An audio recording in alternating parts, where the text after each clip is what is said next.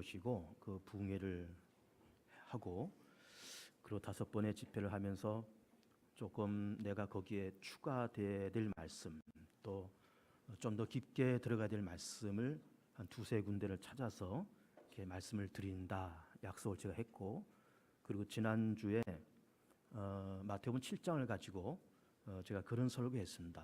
나더러 주여 주여 하는 자마다 다 천국에 올 것이 아니고 아버지의 뜻대로 행하는 자라야 들어간다. 그러면서 우선 우리가 종교다원주의를 조심해야 된다. 또 기복신앙을 조심해야 된다. 또 문화로서의 신앙생활을 조심해야 된다. 그리고 또 직업으로서의 종교인은 조심해야 된다. 또 율법주의를 조심해야 된다. 이런 얘기를 지난주에 쭉 드렸어요.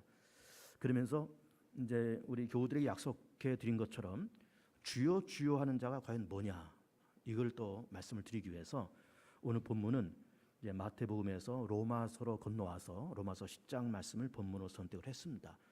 이제 지난주에 드린 설교와 연결해서 드리는 설교입니다. 주라고 하는 말을 이제 성경에서는 많이 찾아볼 수가 있잖아요. 마태복음에서는 나더러 주여 주여 하는 자마다 다 천국에 들어올 것이 아니다. 또 오늘 본문에서는 내가 만일 내 입으로 주 예수를 주로 신하며 또 하나님께서 그를 죽은 자 가운데서 살리신 것을 내 마음에 믿으면 구원을 받으리니 사람이 마음으로 믿어 의에 이르고 입으로 시인하여 구원에 이르느니라 라고 말씀하시면서 결국 믿음에 대한 말씀을 하시고 있지만은 또 주님이라고 하는 말이 또 뭘까? 예수를 주로 시인한다는 말이 뭘까? 예수를 주여 주여 하는 자마다 다 천국에 들어갈 것이 아니오라고 말할 때 그 주라고 하는 것이 무슨 말이고, 단어적으로는 어떤 말이고, 의미적으로는 어떤 뜻일까? 이런 걸 좀 말씀을 드려보려고 그럽니다. 근데 주라고 하는 말은 이제 한문으로 우리가 잘 아는 말 있잖아요. 임금주 내지는 주인 주자를 쓰는 겁니다. 그래서 신하가 임금에게, 혹은 그 집의 하인이 어른에게, 정말 그 집의 집주인에게 하는 말이고, 요즘 이제 그런 말 잘 안 하지만은 집에서도 이제 아내가 남편에게 그런 말을 썼습니다. 주인님, 뭐 그런 말도 썼고, 또 그것이 굳이 아니더라도 뭐 우리 부인들께서, 우리 주인께서 그렇게 말도 하기도 하고, 아니면 우리가 누구한테 얘기하면서 이 집 주인장 계시오, 뭐 그러잖아요. 이 주인장 계시오. 그러면서 어쨌든 이 주인이란 말이 우리 사회에서 사실 흔하게 쓴 말이고, 그리고 그 주인이란 말이 무슨 뜻을 갖고 있다는 것을 우리는 의미적으로는 일단 알고 있습니다. 그리고 성경에서도 신구약을 넘어서 이 주님 혹은 주님 혹은 주라는 말이 수백 번 나옵니다. 굉장히 빈번하게 나오는, 아주 흔하게 나오는 이제 그런 말이죠. 그러면서 그동안 우리가 흔하게 봤던 그런 단어이기 때문에 우리가 그냥 그래 주님이란 말은 그런 말이 아니겠느냐라고 그렇게 슬쩍 흘려가면서 그 의미를 깊게 생각하지 않고 그냥 넘어갔던 적이 많이 있을 거다라는 그런 생각을 하게 됩니다. 그런데 성경에는 하나님이란 말도 나오고 여호와란 말도 나와요. 그러면 또 주님이란 말도 나옵니다. 그러면 주님은 뭐고 하나님은 뭐고 여호와란 말은 뭘까? 일단 하나님이라고 할 때 그 하나라는 말이, 이런 하나라는 말이 어떻게 생각합니까? 하나라는 말이, 우리는 유일하신 하나님을 그렇게 믿는 그 종교라서 그런지 이 하나라는 말을 수학에서 말하는 일로 생각을 합니다. 일로. 근데 그게 일이 아니에요. 그 말은, 거기서 말하는 하나님의 하나는 하늘을 얘기하는 하늘. 우리가 그전에는 이제 지금 우리는 이제 정자를 쓰면서 이제 이렇게 쓰지만은 그전에는 우리가 아레아를 썼잖아요. 아레아. 그래서 하나님 하면서 히읗하고 아레아 찍고, 니은 쓰고 아레아 찍고, 그래서 이걸 하나라고 읽은 거예요. 그래서 하늘을 사실은 하나라고 그렇게 불렀습니다. 하날. 그러다가 이제 그 발음이 좀 이렇게 바뀌어지면서 하늘 이렇게 쓰여진 거죠. 그래서 하나님의 하나는 하늘을 얘기하는 거예요. 결국 하늘에 계신 분, 그런 말이죠.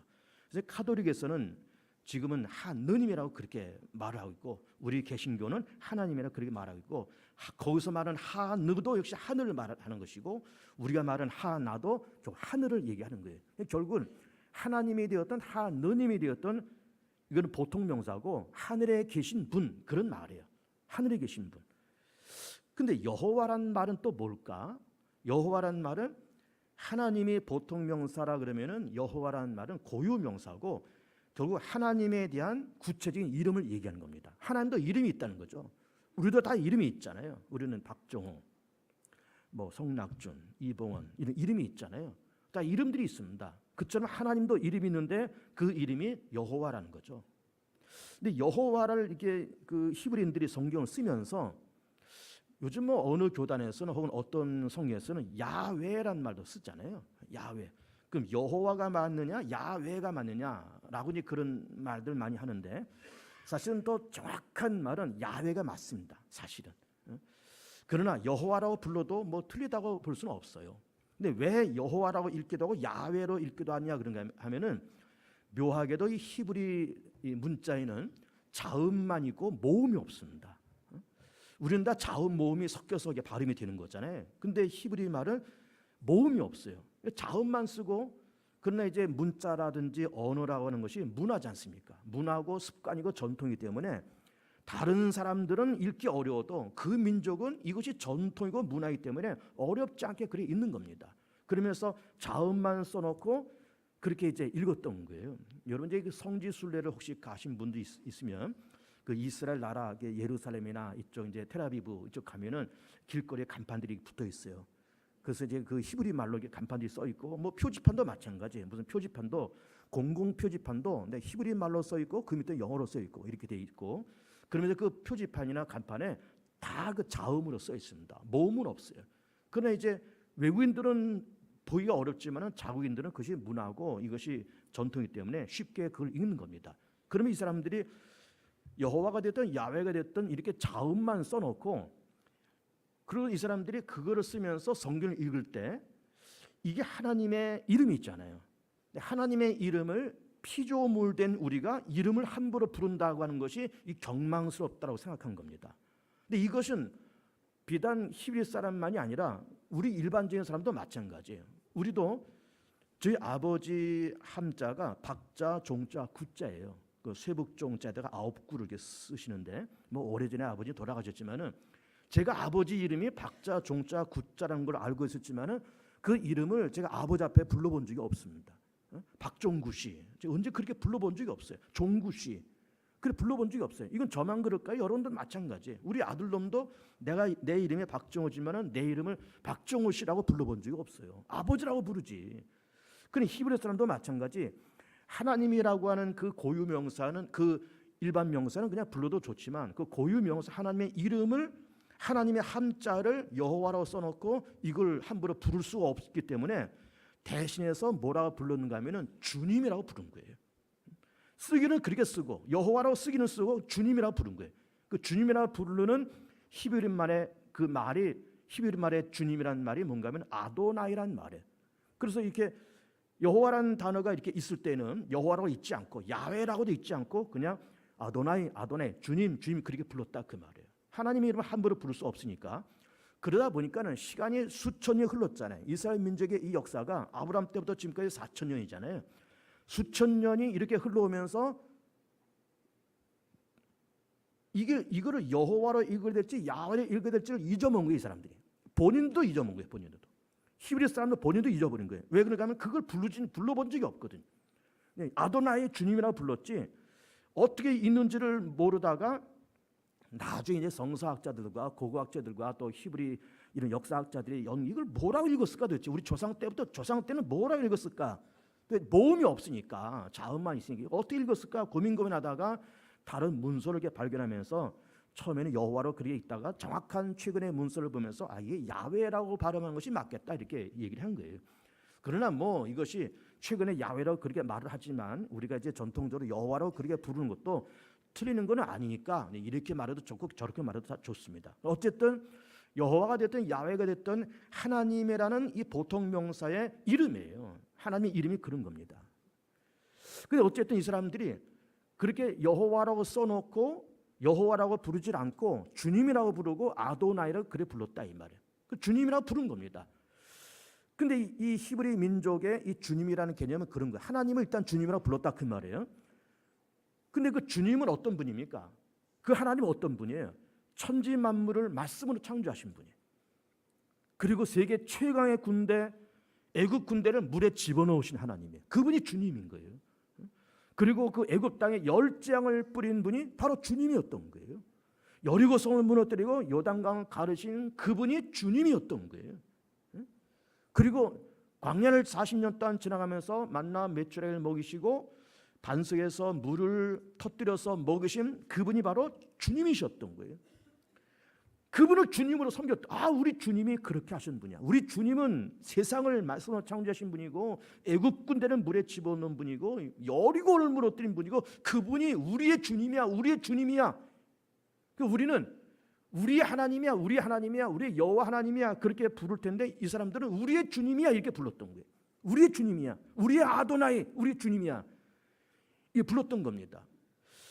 그러면서 아브라함 때부터 시작해서 2000년이 지나서 지금으로부터 2000년 전에 베들레헴 땅에 어린 아기 예수가 태어난 겁니다. 그리고 이 목수로서 그렇게 성장해 가면서 그는 30년 동안 목수로 일을 하는 거예요. 아마도 이 예수님의 육신의 아버지인 요셉도 그 나사렛 지방이나 혹은 그 유대 지방에서 상당히 이름이 알려진 유명한 목수였다고 생각됩니다. 기술자, 어떤 엔지니어잖아요. 어떤 엔지니어고 놀라운 장인이고, 그래서 장인 나사렛 사람 요셉 다 아는 겁니다. 그리고 그 아들 예수 다 아는 거예요. 그 예수라는 그 청년이 자기 아버지 밑에서 목수 일을 하고 있잖아. 집도 짓고 뭐 집에서 이런 테이블도 만들고 의자도 만들고 식탁도 만들고 그 솜씨 좋은 그 집의 주인이 그 요셉이고 그 아들 그 예수인데 참 그 집 참 그 좋은 아들이 있어. 나 그렇게 얘기가 평판에 돌았던 겁니다. 그러다가 어느 날 이 아들 예수께서 출가하시고 그리고 요단강에 내려가서 세례 받으시고 광야에 들어가서 40일 금식하시고 내려오셔서 12제자를 모으시고 그때부터 3년 동안 공생을 펼쳐 나가신 거예요. 그러면서 그 나사렛 청년 실존 인물이잖아요. 실존 인물. 실존 인물인 그 나사렛 청년 예수가 3년 동안의 공생하면서 몇 가지 사역을 합니다. 말씀 사역, 예언 사역, 치유 사역, 그리고 귀신 내쫓는 축사 사역, 가난한 자를 먹이는 공개 사역, 제자들 양육하는 양육과 훈련 사역, 마지막 십자가에서 죽으심과 부활 사역, 그런 걸 해 나가신 거예요. 그러면서 3년 동안 공세해 나가시면서 그 역사적인 실존 인물인 나사렛 청년 예수가 하는 이 말이 뭔가 하면은 그 많은 이적을 펼쳐 나가잖아요. 죽은 자도 살리시고 오병이어도 해 나가시고 그런 여러 이적과 말씀과 예언 사역을 해 나가시면서 중간중간에 충격적인 말씀을 하신 겁니다. 그 말씀이 뭔가 하면은 내가 주님이라는 거예요. 내가 주님이다.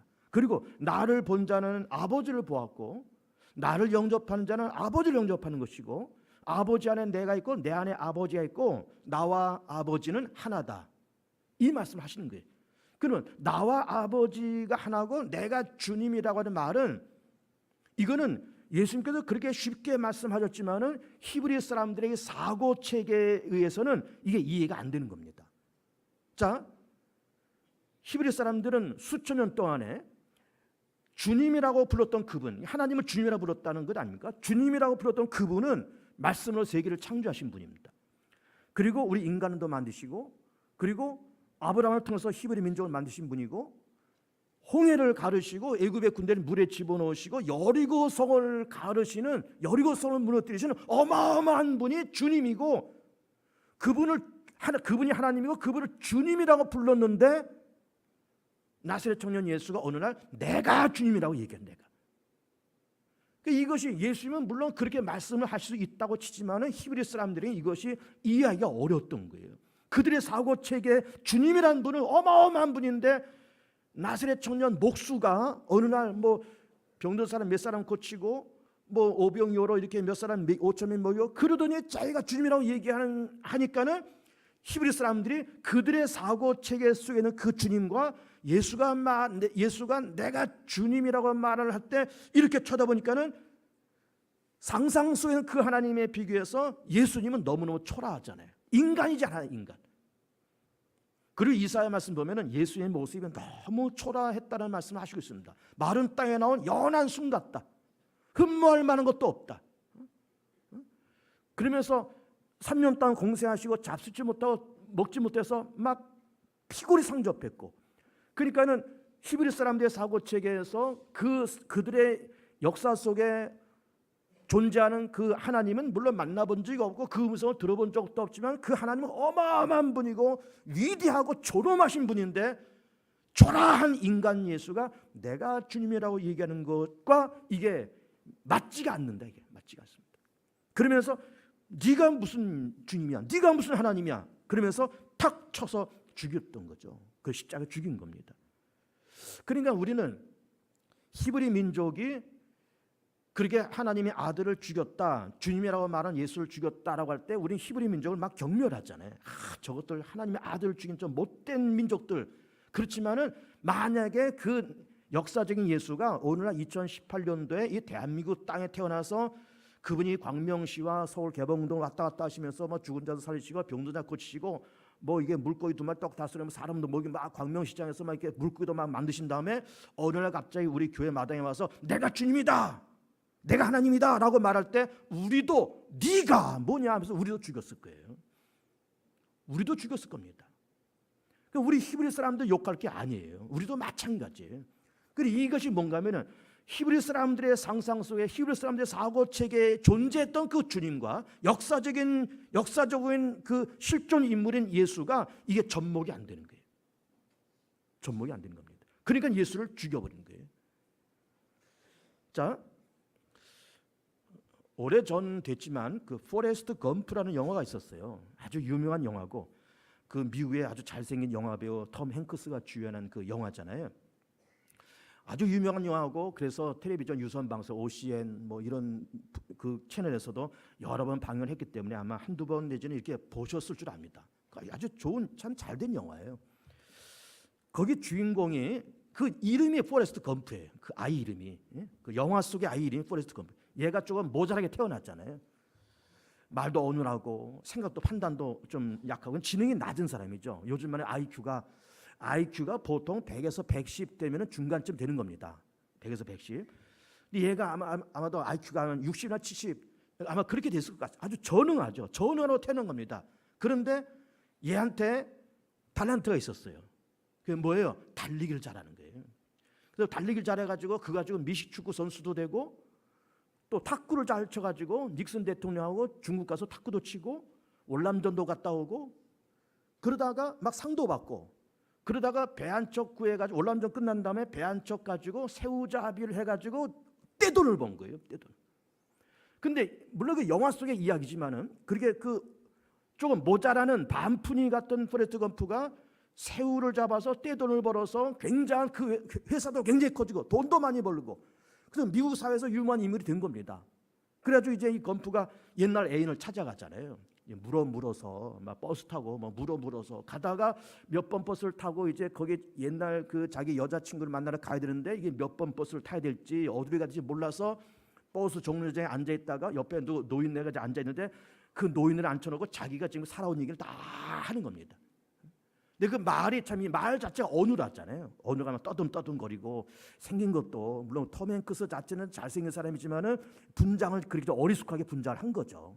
이 헤어스타일도 뭐 옷 모습도 어리숙하게 만들고 말도 막 떠듬떠듬하고 그러면서 이 포레스트 검프가 그 노인한테 내가 사실은 이 새우잡이 그 회사에 내가 회장인데 내가 돈을 많이 벌었는데 내가 우리 집 옛날 그 여자친구 집을 찾아가려는데 지금 몇 번 버스를 타야 되냐 물어봅니다. 물어봤더니 이 노인네가 그 새우잡이 회사의 그 회장을 알고 있었던 거예요. 이 노인이. 그리고 그 사건은 미국에서 굉장히 유명한 사건이었기 때문에 이 노인이 자기가 생각하는 그 새우 회사의 회장이라는 그분은 이렇게 생각한 거죠. 노인은 막 점잖고 말도 점잖게 하고 참 지식이 풍부하고 막 젠틀하고 막 지혜롭고 그랬던 분으로 이렇게 생각했는데 옆에서 앉은 참 못생기고 말도 떠듬거리는 이 젊은이가 자기가 새우 회사 사장이나 그러니 실제로 사장은 맞습니다.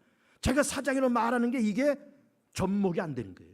자기가 생각했던 그 회장하고 지금 옆에서 말하는 이 검프하고 이게 연결이 안 되는 거예요.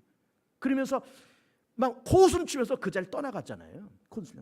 내가 이 억만장자고 지금 얘기했네 하면서 코웃음 하고 코웃음 치면서 떠나가는 거예요.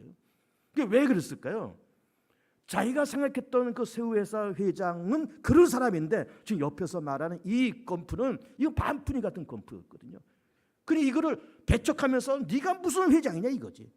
네가 무슨 회장이야? 그래서 탁 치고 그냥 떠난 거예요. 그러니까 히브리 사람들의 사고방식에서, 사고 구조 속에서 주님이라고 생각했던 그 어마어마한 분을 생각했는데, 뭐 그렇게 생각했다는 것은 나쁜 것이 아닙니다. 올바른 거죠. 근데 나사렛 청년 실존 인물 목수의 아들이 뭐 사람 몇 명 고치고 뭐 이렇게 하던 자기가 주님이다라고 말을 했을 때 그들의 사고방식에 있었던 그 주님과, 상상 속에서 있었던 그 주님과 실존적인 주님이 이게 괴리가 생기는 거예요. 그래서 십자가에 그래 죽이는 겁니다. 그런데 이것이 지금 뭐 포레스트 검프 얘기도 하고 히브리 사람들의 얘기도 하고 다 그렇지만은 이게 기독교 역사 초창기에 빈번에 일어났던 사건입니다. 사도 바울도 그랬던 사람이고 스데반도 그랬던 사람입니다. 사도 바울이 율법의 대학자고 그리고 이 이스라엘 공동체 안에서 참 유명한 사람이에요. 근데 바울도 마찬가지, 그가 생각했던 주님은 말씀으로 천지 만물을 창조하시고 홍해를 가르시고 애굽의 군대를 그렇게 물에 집어넣으신 어마어마한 하나님이신데 나사렛 청년 예수가 자기가 주님이라고 말을 하는 걸 보면서 이게 뭐냐 도대체. 그리고 그 예수가 얼마나 죽었다 그러는데 또 부활됐다고 막 소문이 돌지, 성령이 임했다고 막 그러지. 그러면서 여기저기 교회가 생기면서 뭐 예수를 주님으로 고백하고 예수가 살아났고 다시 재림할 거라고 저들이 믿는다 그러지. 그러니까 막 화가 나는 거예요. 그렇지 않아도 예수에 대한 오해와 불신이 큰데 막 교회가 여기저기 생기고 막 성령이 임했다 그러고 막 예수가 살아났다 그러고 재림할 거라 그러니까 막 화가 나서 대제사장 공문을 가지고 다메섹 가서 교회를 쳐부시려고, 예수 믿는 사람들 잡아다 오게 가두려고 그러면서 갔다가 부활하신 예수님을 냉큼 만난 거예요. 냉큼 만납니다. 사울아 사울아 누구십니까? 가시채를 뒷발질하기가 내게 고역이다. 가시채를 뒷발질하기가 내게 고역이다. 여러분, 가시를 내가 발로 차면 누가 찔립니까? 가시가 찔려요? 내가 찔려요? 내가 찔리는 거잖아요. 그러니까 예수님께서 부활하신 예수께서 가시채를 뒷발질하는 것이 네게 고역이다. 네가 왜 뒷발질하느냐? 누구십니까? 나는 네가 핍박하는 예수야. 내가 누군 줄 아냐? 내가 주님이야. 나는 살아났어. 나는 부활했어. 그러니까 바울이 깜짝 놀라는 거예요. 깜짝 놀랍니다. 그러면서 그 시에 예수님께서 말씀하시기를 지금까지 있었던 일과 또 앞으로 생겨날 모든 일, 그리고 나를 통해서 일어날 이 모든 복음의 일을 네가 해대고 이건 네가 말해야 된다. 그리고 내가 너를 종으로 삼고 세계 만민의 복을 받는, 세계 만민의 복음을 증거하는 증인으로 세울 테니 너는 나가서 땅끝까지 이르러서 내 복음의 증인되라. 그래서 그 말씀을 듣고 그때부터 바울이 상상 속에 있었던 그 주님과 역사적인 실존 인물의 주님이 다메섹 가다가 부활하신 예수를 만나면서 이 두 가지가 딱 일치가 되는 거예요. 그러면서 야 그렇구나, 그 역사적인 예수가, 그 나사렛 목수 예수가, 십자가에서 그렇게 죽으셨던 예수가, 부활하신 예수님이 하나님이셨구나. 하나님이 당신이 창조한 세계를 시찰하시려고 인간의 몸을 입고 이 땅에 오셨구나. 그분이 33년을 사셨구나. 내가 생각했던 상상 속에 계신 그 하나님이 실존 인물로 오셨구나. 그러면서 그 예수가 주님이시라는 것을 발견하면서 오늘 로마서 10장 9절에서도 내가 만일 네 입으로 예수를 주로 신하며, 그동안 이 히브리 사람들의 상상 속에 있었던 그 역사적인 그 상상 속에 있었던 그 하나님이 실존 인물로 오신 것을 발견한 거고, 그러면서 이 복음을 전하는 사람들마다 그렇게 33년을 사셨던 그분이, 십자가에 죽으셨던 그분이 세상을 말씀으로 창조하신 그 하나님이셨다라고 하는 것을 힘주어 얘기를 했던 거죠. 그러니까 이제 그렇지 않아도 히브리 백성들이 예수를 십자가에 죽이고 나서 막 부활했다 막 그러고 이걸 막 어떻게 수소문해보려고 막 이렇게 하고, 그때 또 바울이라는 사람이 또 믿었던 바울 있잖아요. 교회를 무너뜨리려고 믿었던 바울이 또 어느 날 또 뭐 성령 받았다 그러고 체험 받았다 그러고서 나가면서 또 예수가 주님이라 그러고 그가 살아났다 그러고 그걸 다 재림했다 그러고, 그러니까 또 이게 바울이 더 미워지기 시작하잖아요. 그래 바울을 고소해버린 거예요, 유대인이. 고소하니까 그 고소 때문에 여기도 잡혀 저기도 잡혀갔다가 결국은 로마까지 가는 거예요. 바울이 로마까지 갔잖아요. 왜 갔는가 하면은 그 고소 때문에 그렇게 간 겁니다. 유대인들 고소 때문에 그렇게 간 거예요. 근데 그렇게 잡힐 때마다 바울이 뭐라고 얘기하는가 하면은 아그리파 왕 앞에서도 베스토 총독 앞에서도 그렇게 담대히 얘기하는 겁니다. 자, 우리 민족이 아브라함 때부터 하나님을 섬겼잖아요. 그 주님을 섬겼지 않냐? 그 하나님이 세상을 창조하셨지 않냐? 그리고 우리는 그의 택함받은 백성이 아니냐? 그런데 그분이 이 땅에 오셨고 그분이 십자가에서 죽으셨는데 그분이 바로 하나님이시고 그분이 바로 주님이셨다. 우리 손으로 주님을 죽였다. 그러나 그는 사흘 만에 부활하셨고 부활하신 예수님 나는 만났다. 나는 그 살아나심의 증인이다 라고 말할 때 베스토 총독이 뭐라고 얘기하는 거야? 바울아, 네 많은 학문이 너를 미치게 만들었구나 이렇게 얘기하는 거예요. 네 많은 학문이. 그래, 이 말은 뭔가 너 공부 많이 하더니 너 책 많이 읽더니 너 돌았구나 이 말에. 네 많은 학문이 너를 미치겠구나. 그러면서 이 베스토 총독도 바울의 그 말을 안 믿는 거예요. 왜 안 믿을까요? 베스토도 마찬가지 그가 생각했던 그가 상상 속에 있었던 그 주님과 역사적인 예수와 이게 접목이 안 됐던 거예요. 바울은 접목됐는데 안 됐던 거예요. 스데반도 마찬가지. 스데반도 초대교회 7집사 가운데 한 사람 아닙니까? 막 복음을 증거하고 그 예수가 바로 하나님이셨고 우리 위해서 십자가에 죽으셨고 그 죽음을 통해서 우리가 죄 사함 받고 그는 살아나셨고 다시 이 땅에 재림하실 것이라고 그렇게 얘기했을 때 핍박받으면서 스데반이 핍박받을 때 스데반이 뭐라고 얘기하는가 하면은 하늘이 열리고 우리 인자가 하나님 보좌 우편에 서신 것을 내가 보노라. 그러니까는 막 깜짝 놀라서 아니 그렇지 않아도 예수가 주님이라고 말을 하는 것이 막 부하가 막 치솟는데 그가 살아났다 그러고 그가 하나님 보좌 우편에 앉아 계신 걸 본다고 말을 하니까는 막 성질이 나서 돌로 쳐서 스데반을 죽입니다. 왜 죽였을까요? 스데반은 그가 생각 속에 있었던 그 주님과 역사적인 주님이 일치가 됐는데 그에게 돌을 던졌던 사람들은 생각 속에 있었던 그 주님과 역사적으로 있었던 그 주님이 일치가 안 되니까는 기독교를 핍박하고 교회를 핍박하고 바울을 핍박하고 스데반을 돌로 쳐서 죽였던 거예요. 죽였던 겁니다. 근데 이것이 뭐 예수가 주님이시다 이런 말을 또 드리고 뭐 포레스트 검프 얘기도 하고 뭐 여러 얘기를 좀 하고 있지만은 우리도 생활 속에 마찬가지입니다. 자, 보세요. 우리 부부간에 갈등이 있는 것이 왜 갈등이 생기는가 하면은 우리 남자들은 여자에 대한 어떤 로망이 있습니다. 여자는 이래야 된다는 어떤 로망이 있어요. 예를 들면 키 한 170, 얼굴은 김태희나 이영애, 조각미녀, 거기다가 커리어 우먼. 커리어 우먼이라는 말이 뭐예요? 전문적인 직업이 있다는 것 아니에요. 경제력도 있다는 겁니다. 거기다가 글래머면 더 좋고. 그런 어떤 여자에 대한 환상이 있습니다. 그 환상을 꿈을 꾸다가 집에 들어가서 자기 부인을 보니까 그 환상이 아닌 거예요. 키는 짝달막하고 얼굴은 그냥 까마잡잡하고 그렇게 지혜롭고 깔끔한 여자도 아니고 경제적인 능력 있는 여자도 아니고 그냥 너무너무 평범한 그냥 여자. 그러니까는 그런 어떤 꿈을 꾸다가 이렇게 보니까 이게 아닌 거예요. 그러니까는 마음에 갈등이 생겨서 뭐 이러니 저러니 하면서 뭐 찌그덕찌그덕거리고 다 그러는 겁니다.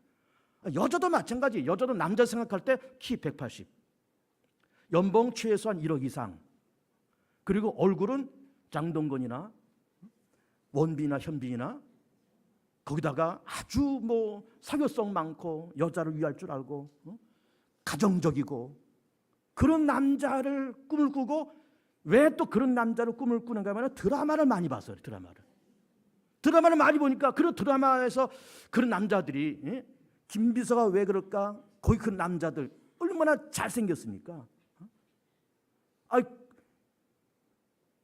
공유, 도깨비의 공유 얼마나 잘생겼어요. 키 크고 그런 남자를 꿈을 꾸다가 집에 딱 와 보니까 내가 같이 사는 그 남자는 키가 170, 짜리몽딱하고 월급은 300만 원?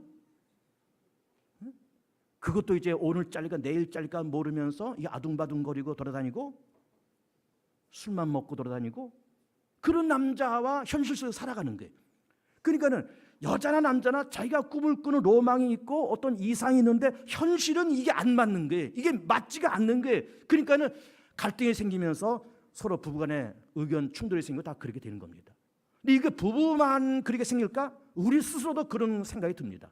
우리 스스로도 이렇게 생각이 드는 게 자, 저만 해도 벌써 60이 살짝 넘었습니다. 그러면은 이제 남자가 60이 살짝 넘었으면은 그래도 이 정도의 사회적 위치, 이 정도의 재산, 이 정도의 인격, 그 정도는 내가 있어야지라고 나도 그렇게 생각하지만 실제로 나의 모습은 그렇지가 않은 거예요. 그러면 내가 생각하는 그것과 현실과 이 괴리감이 생기면서 뭐가 들까요? 스스로 열등감이 들고 자괴감이 들고 그러면서 세상이 원망스럽고 때로는 부모도 원망스럽고 그러면서 이게 속상하니까 어떤 이상과 현실이 맞지 않으니까 거기서 막 괴리감이 생기고 막 이러다가 뭐 그냥 뭐 알코올 중독에 걸리기도 하고 그러면서 바깥을 겉돌고 그러는 거예요. 자기 이상과 현실이 맞지가 않는 거예요. 이상과 현실이. 이게 많습니다, 여러분. 이게 많아요. 제가 그런 얘기를 가끔 한 거로 기억하는데, 자, 사람이 꿈을 꿔야 된다. 미래를 가지고 비전을 가져야 되고 미래의 꿈을 꿔야 된다. 그러면 꿈을 갖는 것도 좋고 미래를 꿈을 꾸는 것도 좋고 다 좋은데 미래를 향해서 계획을 세우는 것도 다 좋은데 여러분 미래와 현실 가운데서 뭐가 더 중요할까요? 현실이 더 중요합니다, 여러분. 현실이 중요해요, 여러분. 그래서 그러면 미래를 전혀 의식하지 못하고 살아서는 물론 안 되겠지만 비율적으로 따질 때 미래는 한 10% 정도만 그 미래에다가 내 소망을 두고 계획을 갖고 꿈을 갖고 그리고 내 현실을 자족할 줄 알고 적응도 할 줄 알고 자족하고 적응도 할 줄 알고 거기에 내 삶을 쏟아낼 줄도 알고 미래를 향해서 쏟는 것도 물론 좋지만 지금 이 현실이 더 중요하잖아요. 이 현실이. 드라마 속에 나오는 그런 미남 미녀들의 그 환상과 내가 갖고 있는 그 로망도 물론 좋지만 그런 여자를 만나지 말란 말이 아니고 그런 남자를 만나지 말란 말은 아니지만 내가 지금 갖고 있는 이 여자가 내 삶의 현실이에요. 이 남자가 내 삶의 현실입니다. 이게 중요한 거예요. 이게 중요한 얘기입니다. 이 얘기가. 그냥 꿈만 붙잡고 허우적거리는 그런 사람이 되면 안 되는 거예요. 꿈은 물론 꿈이지만 현실을 바라봐야 되고 현실을 인정해야 되고 현실을 긍정해야 되고 현실에 적응도 해야 되고 그렇게 살아야 되는 겁니다. 근데 히브리 사람들이 근데 참 안타까운 것은 히브리 사람들은 아직도 이 꿈속에 헤매고 있습니다. 어마어마한 메시아가 올 줄 아는 게 지금 어마어마한 십자가에서 주는 초라한 메시아가 아닌 다윗의 왕권과 어마어마한 후광과 아우라를 뒤에 뒤집어 쓰고 나타날 만한 그 어마어마한 메시아를 기다리고 있는 겁니다. 근데 현실은 초라한 예수가 마른 땅에 나온 연한 순 같은 예수가 흠말만한 구속도 없는 그 예수가 십자가에서 그래 죽으니 죽은 그 예수를 또 이 개신교에서는 메시아라고 그렇게 부르니 이게 유대교에서는 복장이 터질 일이죠. 그러나 그 현실이 맞는 거예요. 여러분 예수님께서 지금부터 2000년 전에 이 땅에 오시고 우리 위해서 십자가에서 죽으시고 부활하셨지만 여러분 2000년 전이 아닐지라도 언젠가 이 세상의 역사 속에는 언젠가는 메시아가 오셔야 되고 메시아가 한 번쯤은 십자가에서 죽는 역사가 일어나야 됩니다. 일어나야 됩니다. 그것이 2000년 전에 일어났지만 혹시 2000년 전에 그 일이 없었을지라도 지금이라도 예수는 오셔서 온 인류의 허물과 죄를 담당하시고 십자가에서 죽는 역사가 한 번쯤은 이 세상 역사에 필요해요. 한 번은 필요한 역사입니다. 한 번은 건너가야 될 강이고 한 번은 감당해야 될 거고 한 번은 있어야 될 그런 사건이고 그래서 그 한 번 있어야 될 그 사건을 하나님은 유대 땅에 2000년 전에 그 사건을 일으키신 겁니다. 그리고 그분이 바로 주님이시고 그분이 바로 하나님이시라는 거예요. 그 하나님의 아들이시라는 거예요. 그 하나님의 아들이라는 거 우리가 인정하지만 그분이 하나님이라고 하는 걸 우리가 인정하기가 좀 어렵습니다. 그러나 인정해 하셔야 됩니다. 갈릴리 호수를 저벅저벅 걸으셨던 그분이 하나님이셨던 거예요. 물고기 2마리 독 5개를 띄어서 5,000명을 모으신 그분이 하나님이셨던 거예요. 겟세마네 동산에 들어가셔서 이 잔을 내게서 옮기시옵소서라고 절규했던 그분이 하나님이셨다는 거예요.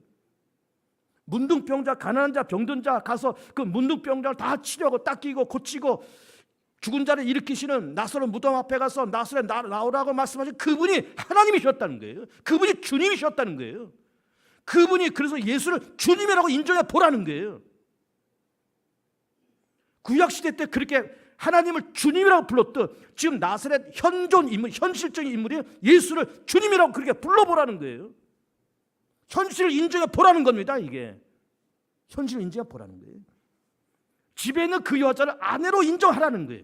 집에 있는 그 남자를 남편으로 인정하라는 거예요. 장동건만큼 못생겨도, 연봉 1억은 안 돼도, 키 180도 안 돼도 그 남자는 남편으로 그 여자를 아내로 인정하고 그 녀석들을 자식으로 인정해보라는 거예요. 자식으로. 놀라운 얘기입니다. 이런 얘기들이. 그 역사적인 예수, 나사렛에서 성장했던 그 예수가 구약 성경 때 주님이라고 불렀던 바로 그분인데 그걸 한번 고백해 보라는 겁니다. 이게 바로 믿음이고 이것이 바로 영접이에요. 그래서 영접하는 자, 곧 그 이름을 믿는 자들이 하나님의 자녀 되는 것을 주시겠다고 말씀하시고, 그 영접이라는 것은 곧 그 역사적인 예수가 곧 하나님이시라고 하는 것을 인정하는 것이고, 그것이 영접이고 그것이 믿음이라는 거죠. 불신은 뭘까? 불신은 그거는 그거고 사실은 사실이고 자기 고집 속에 묶여 사는 것이 이게 불신인 겁니다. 자기 고집 속에 묶여 살아요. 믿고 싶은 것만 믿고, 보고 싶은 것만 보고, 말하고 싶은 것만 말하고, 이게 불신인 거예요. 이게 믿음 없는 겁니다. 믿음은 사실 그 자체를 기승전결 전체를 인정하고 전체를 고백하는 것이 이게 믿음인 겁니다. 그 역사적인 예수가 곧 하나님, 곧 하나님. 그 예수가 나를 위해서, 온 인류를 위해서 죽으셨다. 그리고 부활하셨다. 하나님 보좌 우편에 계신다. 다시 재림하실 거다. 세상은 창조 때와 마지막 때가 있고, 세상은 기승전결이 있고, 시작이 있으면 끝이 있고, 처음이 있으면 나중이 있고, 창조가 있으면 재창조가 있을 그때가 있다는 것을 우리는 인정해야 됩니다. 이게 믿음인 거예요. 이게 믿음인 겁니다. 신실한 믿음 속에서 정말 예수를 주님이라고 고백하시는 신실하고 뜨겁고 정직한 믿음이 있어서 하나님을 기쁘게 해드리는 복 있는 성도들 되시기를 축복합니다. 합심해서